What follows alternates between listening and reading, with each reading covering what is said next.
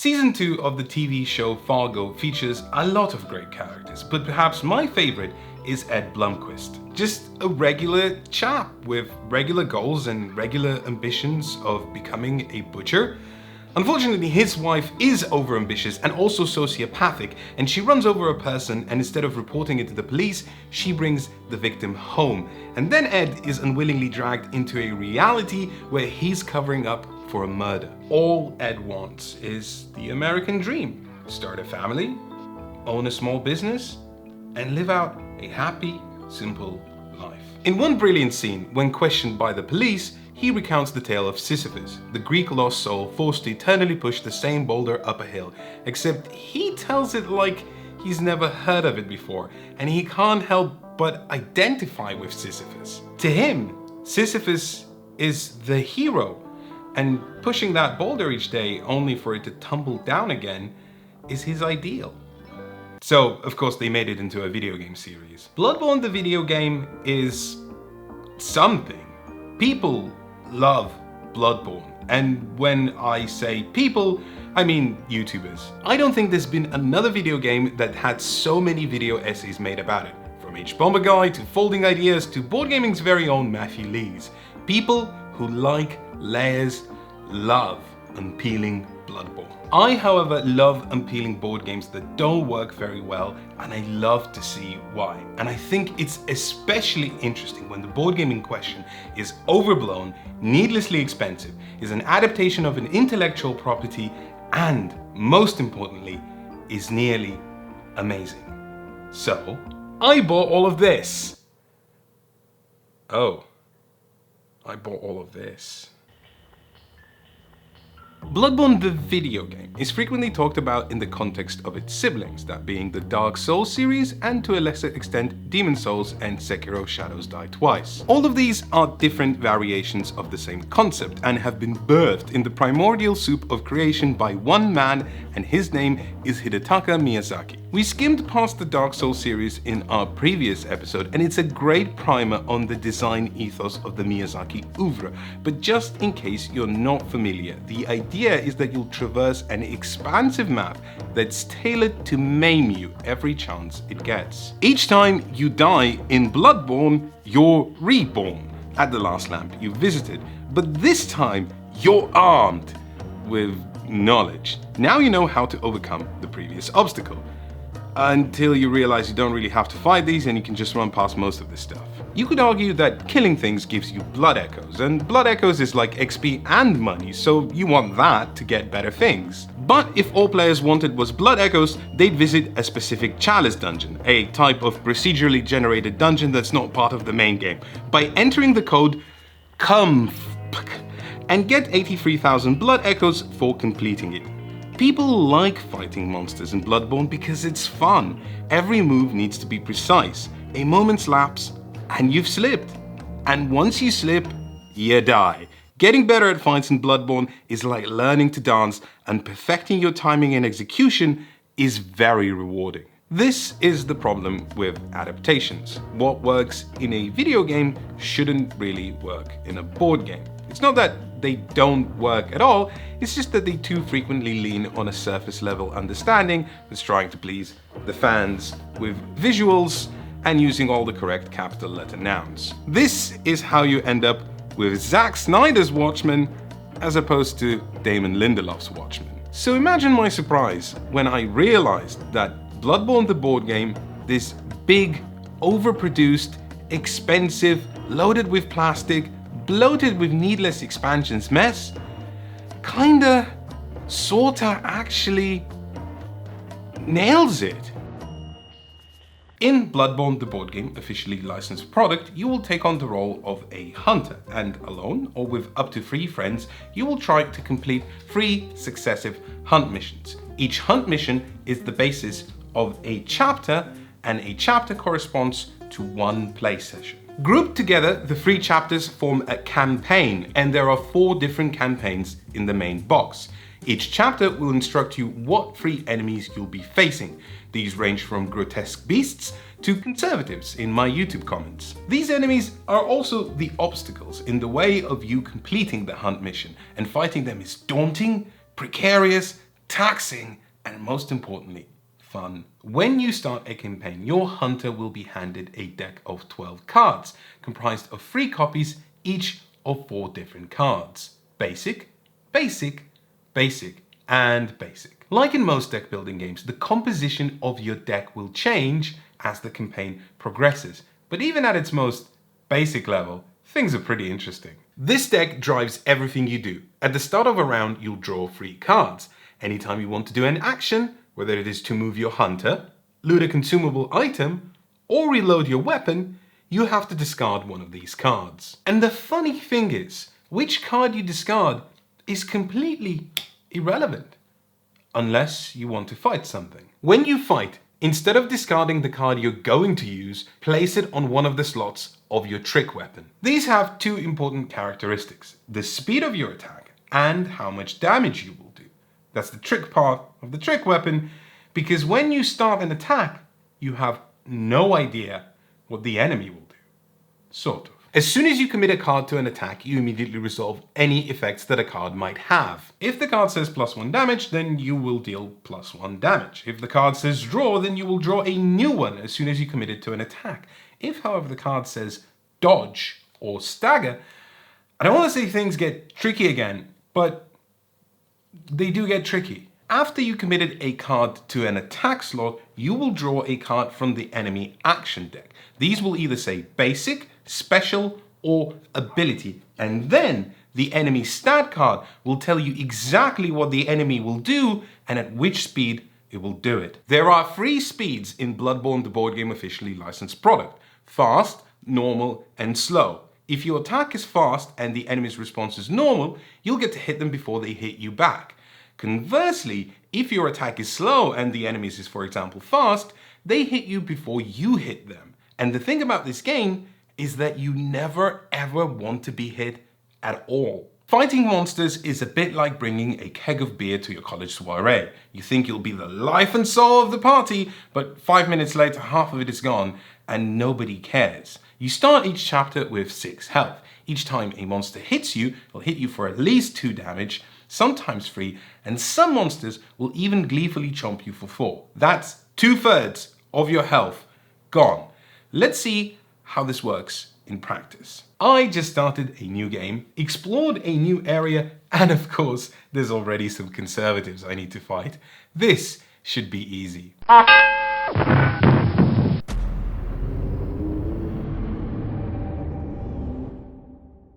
The obvious question is, can you heal? And the answer is yes.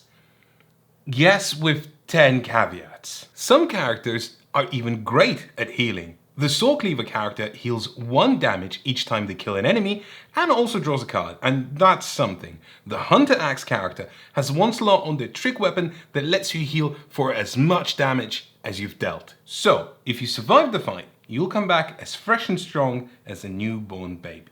The problem is that once you've placed a card on your trick weapon, it stays there. And the only way to remove it is to spend an entire action to clear your trick weapon, and even then you can't use Rallying Strike again, because when you clear your trick weapon of cards, it transforms to the other side with an entirely different suite of abilities. So if you really need to heal, you have to spend 2/3 of your turn just twiddling your thumbs. Yet, there is a way to completely heal up. Not only that, but you can also put your discard pile and deck back together, get rid of poison or madness, clear your weapon, set it to whichever side you like, and swap old cards in your deck with better, powerful versions. All it costs is a single action, and whoop, you are teleported to the Hunter's Dream where all of that magic happens.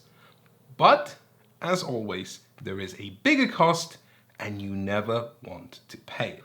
Each time you and the other players end your turn, that's when the round ends. At that point, you will redraw 3 cards, and you're ready to begin again. You also have to advance the round tracker 1 space, and if it reaches the end, you have 1 last round to finish your mission or lose the game.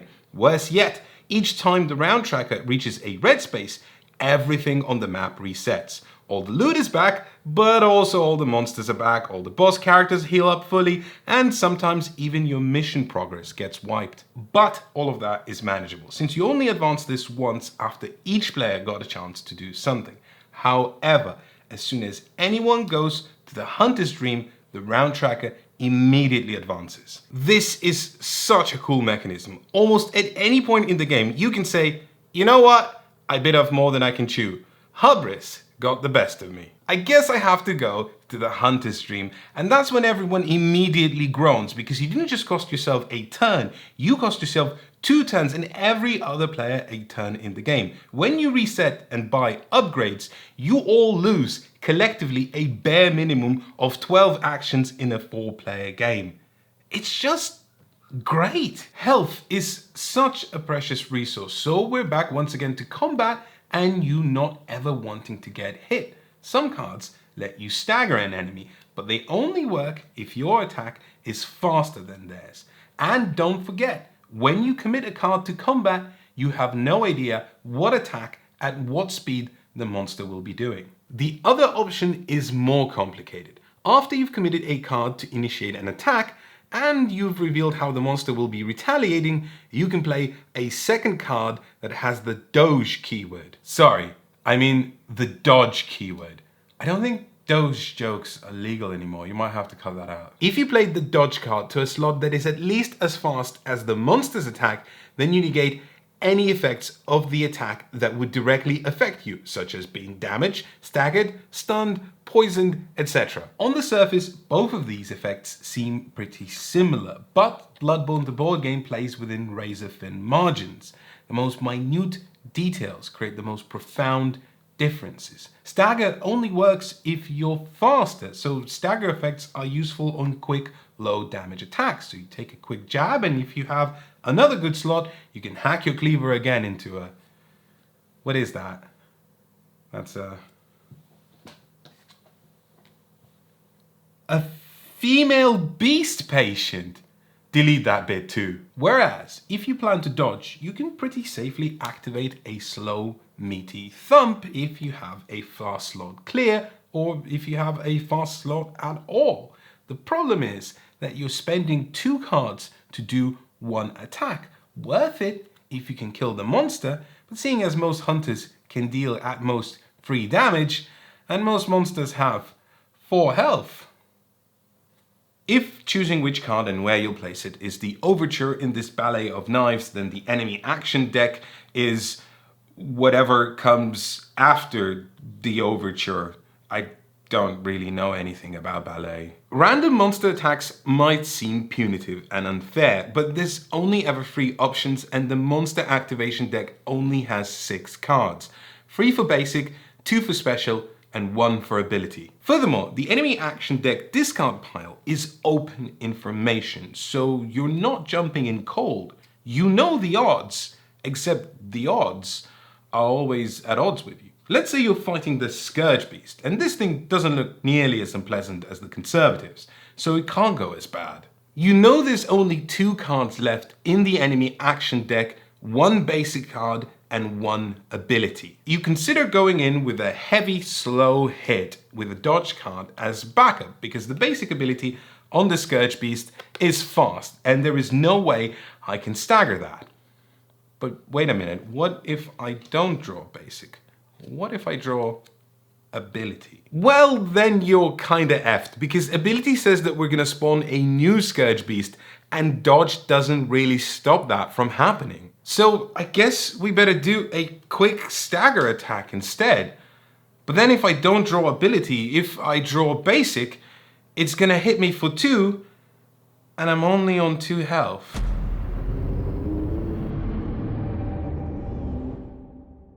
I think my favorite part of this system is how cool you feel when you pull off a good attack. You didn't just get lucky, you paused. You evaluated the situation, you considered the odds, and you executed the perfect move. And sometimes it might seem like there's no good answer, but that's just because you haven't considered all the options. In the Scourge Beast example, there was no right attack, so the answer was to not attack.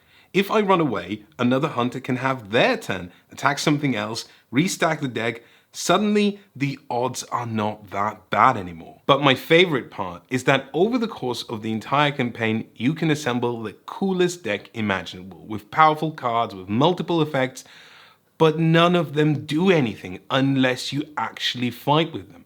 The game is telling you get into scrapes, push yourself into danger, and you'll get rewarded. Honestly, this game is genius.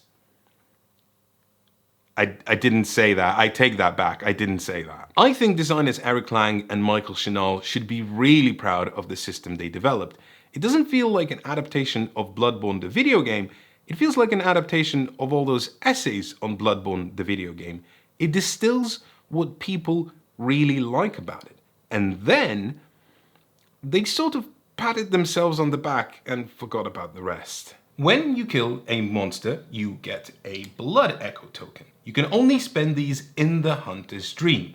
Coincidentally, each time you die, you are also sent to the hunter's dream and you advance the round tracker. However, you lose all your blood echoes before you can spend them, which is again a nice touch. Blood echoes are spent to upgrade your deck, and it only feels right that to utilize them, you have to balance the ludicrous cost of losing an entire round and managing not to die, because these upgrades, they're just too powerful. Let's say you're playing as the Saw Cleaver Hunter. You love staggering things, as each time you do, you deal extra damage. But stagger only works if you are faster than your enemy. Well, problem solved, because this card doesn't just let you stagger, it also increases your speed by 1, which means you can outpace almost any monster. This card lets you move before you attack and also deals +1 damage. This card deals 2 damage to any enemy when you dodge them, guaranteeing a one-shot kill if you do. These cards are so powerful, they swing the fight heavily in your favor. And that's a problem. Throughout each chapter, you won't just get new cards in your deck. You'll also collect consumables that are one-time effects which provide various temporary upgrades, and firearms which generally let you stagger regular enemies, or even rewards, which are potent effects you can use once between each hunter's dream visit. You turn from a scrappy hunter that has to constantly outsmart their opponents into an unstoppable wave of destruction. And that's really boring. In each chapter in most campaigns, you will fight the same 3 enemies, and whilst they are double-sided with different statistics, they're not somehow magically stronger or more challenging. They're just the same old bag of tricks. In chapter 1, you're the Blade Runner of Excel sheets, dancing on the precipice of the thinnest margins. And in chapter 3, you're a middle-aged man, taking out the trash to the bins over and over and over again.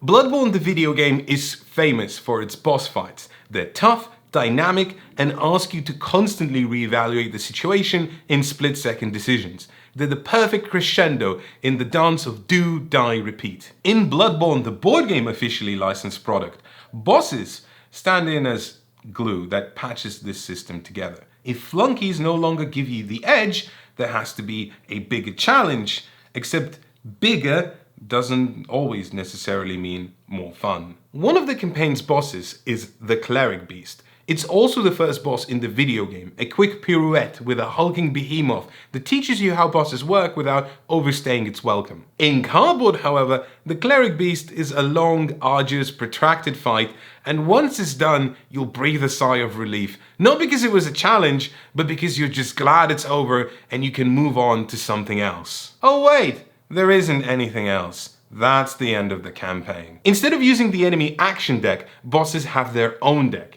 Each card simply tells you what the boss will do. All clever play goes out of the window because you just have to choose an attack cold and hope that it's fine. And most of the time, it is, because remember, by now you're a beefcake. But when it doesn't go fine, you don't feel like the game outplayed you. You feel like you just made an arbitrary choice and then some random stuff happened. The Cleric Beast also has a mechanism that seems to incentivize clever play. Spend a resource, make the beast weaker. But then it once again randomly removes all progress, and it does so frequently that instead of feeling punishing, it just makes the system prohibitive. Whereas the ability cards teach you to get into fights, That system teaches you not to engage with it because it's pointless. Each boss is split into 2 phases. Each phase has its own unique boss activation deck, and if you reach one of the red reset rounds, the boss stays on the same phase but heals all of their health. Meaning you want to time your attacks just after the token reaches the red space. What do you do in between? Wait, I guess. There isn't really a reason anymore to engage with anything else. I get a lot of flack for not liking big flashy Kickstarter projects with lots of plastic minis, and I tried to enter this game without any jadedness towards that side of the industry. But looking back on it, I don't really know how to not lay blame on the Kickstarter model. Eric Lang and Michael Chenal are both clearly very talented game designers. Not only did they devise a fantastic system that extracts everything that's fun about Bloodborne, but they also reimagined it in a different medium. This is Damon Lindelof's Watchmen, but in a universe where it wasn't given enough time to develop and collapses midway through the season. One of the ways the game deals with unpredictability of bosses is to give you a taster session in Chapter 2. You'll fight phase 1 of the boss, familiarize yourself with what it can do, and then in Chapter 3 you'll fight phase 1 and 2 again. And that sounds smart, except it feels more like a hasty patch than an actual solution. Instead of making the boss fights more interesting, it just gives you more boss fight, which in turn means you're spending more of the campaign in an arduous slog. You learn a thing or two about it, but not in any way that makes you react cleverly to the challenge. In a way that is totally unrelatable in 2021, Bloodborne is set in Yharnam, a gothic European-esque hellscape ravaged by arcane traditions and also a plague. The video game goes out of its way to give you a sense of place via architecture, costumes, and level design that feels expansive and purposeful. Bloodborne, the board game officially licensed product, is mostly just plastic miniatures of the monsters you see in the video game. There's Father Gascoigne, that's the Conservatives, and this is that thing that bricked you that one time. And then you learn to shoot it before it does it again. It's relatable. It gives you that, oh look, there's that thing from the thing that I like sensation, typical to Kickstarter projects. But it forgets everything else. The tiles that unfold the world you inhabit feel less grandiose and more dungeon crawler from the noughties. Your player boards are flimsy and the graphic design is just a great texture with some gothic filigree frames. It looks less Bloodborne and more Blood.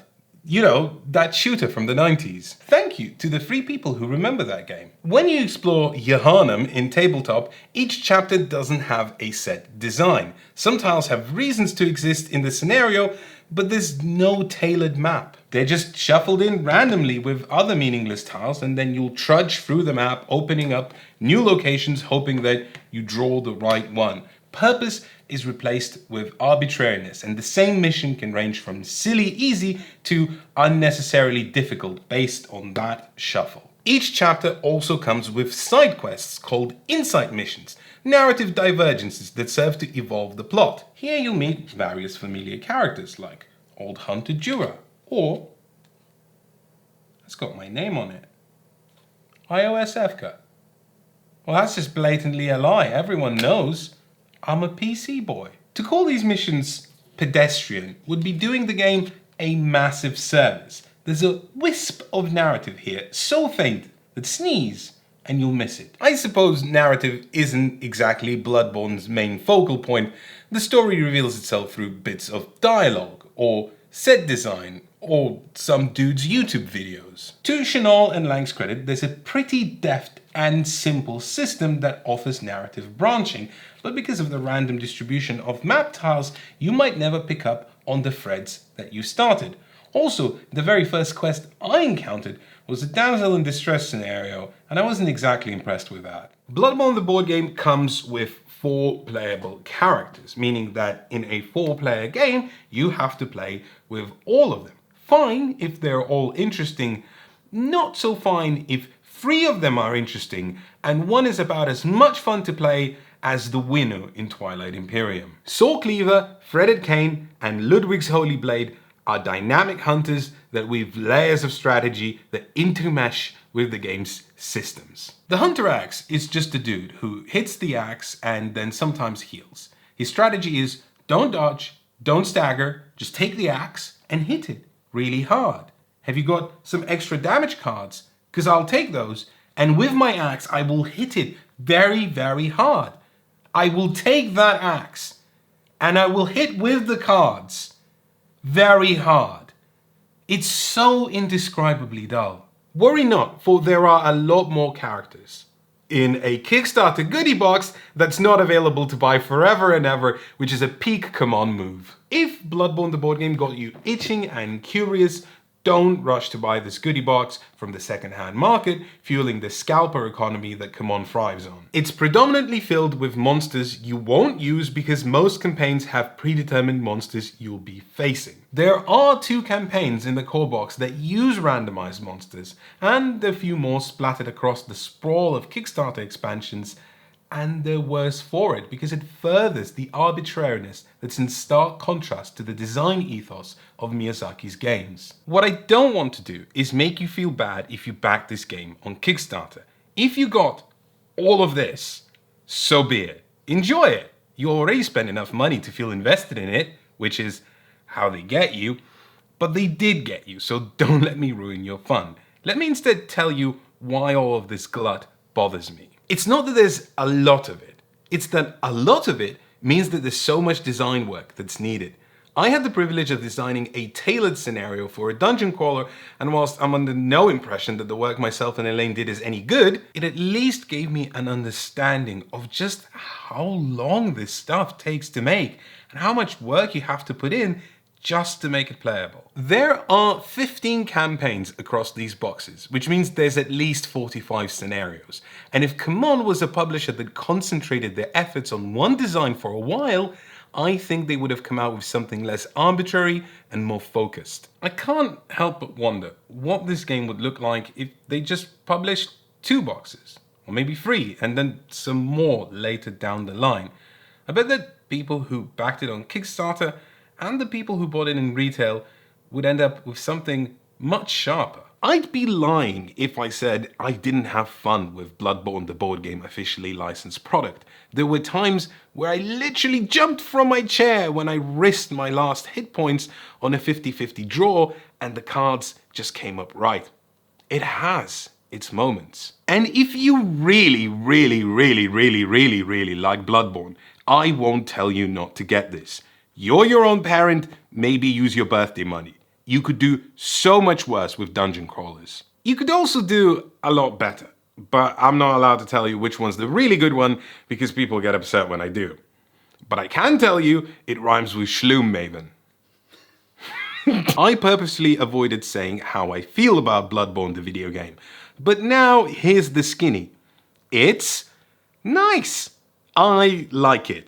I've had a pretty good time with it. Nowhere near enough to write mammoth video essays about it, but what's important is that there are people who write essays about it. Bloodborne means something to them. It's special, and I can tell that this adaptation only reflects some of that vision. Bloodborne the board game is a fractured mirror, a vision pierced and incomplete. It's not a bad game. It's a good game, just a disappointing one, and all its shortcomings are antithetical to the source material. It deserved more time under the hood.